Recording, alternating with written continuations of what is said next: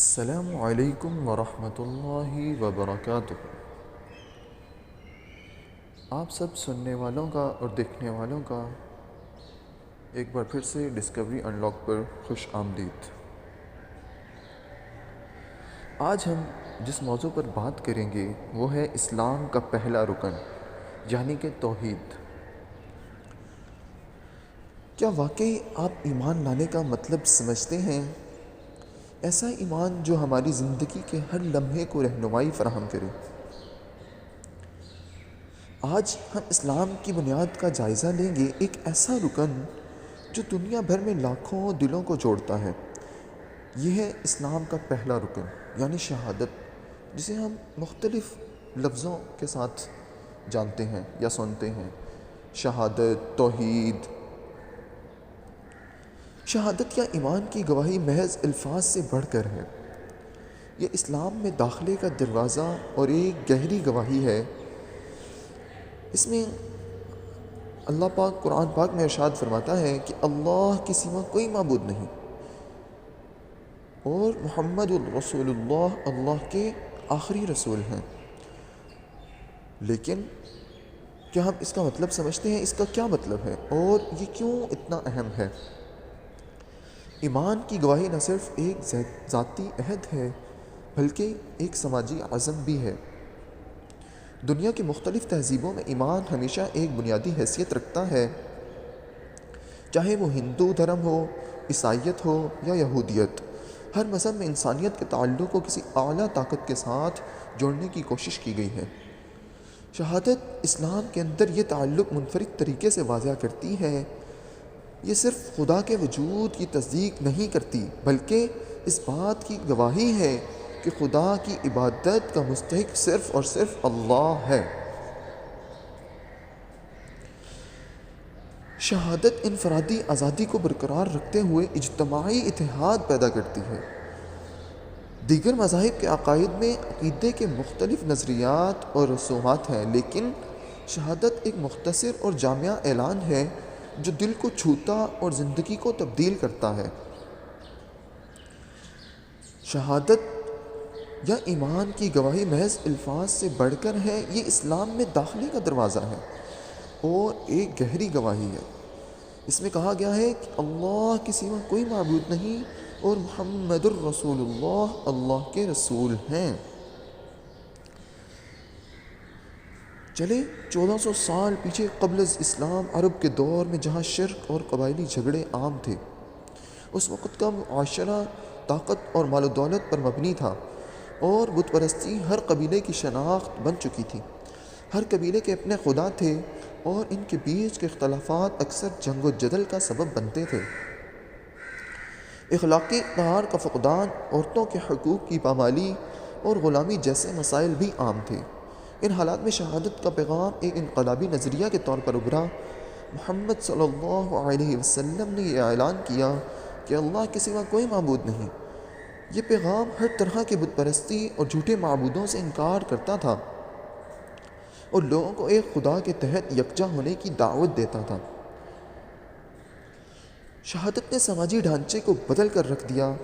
اس نے صرف خدا کی عبادت کا اعلان نہیں کیا بلکہ مساوات، بھائی چارے اور انصاف کے اصولوں کی بنیاد رکھی۔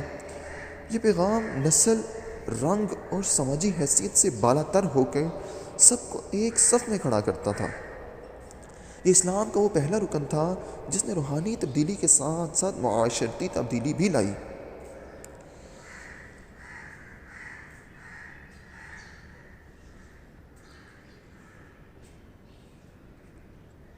اللہ کے سوا کوئی معبود نہیں توحید کی تصدیق کرتا ہے۔ یہ عقیدہ ایک مسلمان کی دنیاوی سوچ کی تشکیل کرتا ہے کہ کائنات کی ہر چیز، آسمان کے ستاروں سے لے کر ہماری سانس تک، اللہ کی مرضی سے موجود ہے۔ قرآن مجید میں اللہ تعالیٰ فرماتے ہیں، اللہ لا الہ الا هو الحی القیوم۔ یہ اس بات کی گواہی ہے کہ اللہ واحد ہے، زندہ اور سب کچھ قائم رکھنے والا ہے۔ توحید کا تصور ایک مسلمان کی زندگی کے ہر پہلو کو متاثر کرتا ہے۔ یہ عقیدہ ہمیں یہ احساس دلاتا ہے کہ ہر عمل کا حساب ہوگا اور ہمیں اپنی زندگی کو اللہ کی خوشنودی کے لیے بسر کرنا چاہیے۔ جیسے کہ قرآن پاک میں اللہ تعالیٰ فرماتا ہے وَمَا خَلَقْتُ الْجِنَّ وَالْإِنسَ إِلَّا لِيَعْبُدُونَ۔ اس توحید کو تسلیم کرنا عاجزی، شکر گزاری اور مخلوق کی تیز ذمہ داری کو متاثر کرتا ہے۔ یہ ہمیں روزمرہ کی زندگی میں اللہ کی نعمتوں کو پہچاننے اور ان کا شکر ادا کرنے کی ترغیب دیتا ہے۔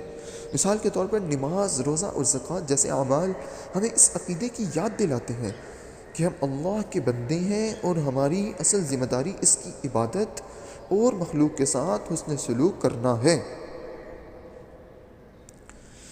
شہادت کا دوسرا حصہ محمد الرسول اللہ ہے۔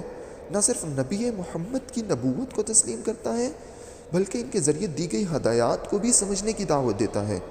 نبی کی زندگی ایک مکمل نمونہ ہے جو ہمیں یہ دکھاتی ہے کہ نبی صلی اللہ علیہ وسلم کا بچپن یتیمی اور مشکلات میں گزرا، لیکن یہ آزمائشیں انہیں اخلاق، ایمانداری اور رحمت کے اصولوں پر کھڑا رہنے سے نہ روک سکیں۔ صادق اور امین کے لقب سے مشہور انہوں نے اپنی جوانی ایک ہی سچے اور قابل اعتماد انسان کی مثال قائم کی۔ نبی محمد صلی اللہ علیہ وسلم کی زندگی کا سب سے اہم پہلو ان کا پیغام توحید کی دنیا تک پہنچانے کا مشن تھا۔ یہ مشن نہ صرف 1400 سال پہلے کے عرب کے لیے بلکہ تمام زمانوں کے انسانوں کے لیے تھا۔ اس راستے میں ان کا سامنا مخالفت، تکالیف اور یہاں تک کہ ہجرت سے بھی ہوا، لیکن انہوں نے کبھی اپنے مشن سے ہٹنے کا تصور نہیں کیا۔ مدینہ میں انہوں نے ایک ایسی ریاست کی بنیاد رکھی جو بھائی چارے، انصاف اور مساوات پر قائم تھی۔ قرآن مجید میں اللہ تعالیٰ فرماتے ہیں لَقَدْ كَانَ لَكُمْ فِي رَسُولِ اللَّهِ أُسْوَةٌ حَسَنَةٌ۔ یہ اس بات کی گواہی دیتا ہے کہ نبی کریم صلی اللہ علیہ وسلم کی زندگی تمام مسلمانوں کے لیے ایک بہترین نمونہ ہے۔ دنیا بھر میں بے شمار افراد نے شہادت کے ذریعے سکون اور مقصد پایا ہے۔